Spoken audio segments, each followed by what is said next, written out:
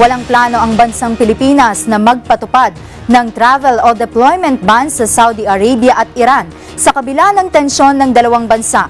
Ayon kay Department of Foreign Affairs spokesman Charles Jose, marami umanong OFW sa Middle East ang madadamay kaya't hindi pa sila magpapatupad ng deployment ban o magtaas ng alert level status maging ang pagpapalikas sa mga kababayan sa dalawang bansa. Tinatayang mahigit 2 milyong OFWs ang nagtatrabaho sa Middle East. Mahigit 1 milyon sa mga ito ay nasa Sunni-ruled Saudi Arabia at mahigit kumulang 5,000 ang nasa Iran. Tutok ngayon ang Embahada ng Pilipinas sa Iran at Saudi Arabia para siguruhin ang kapayapaan at katatagan sa Middle East.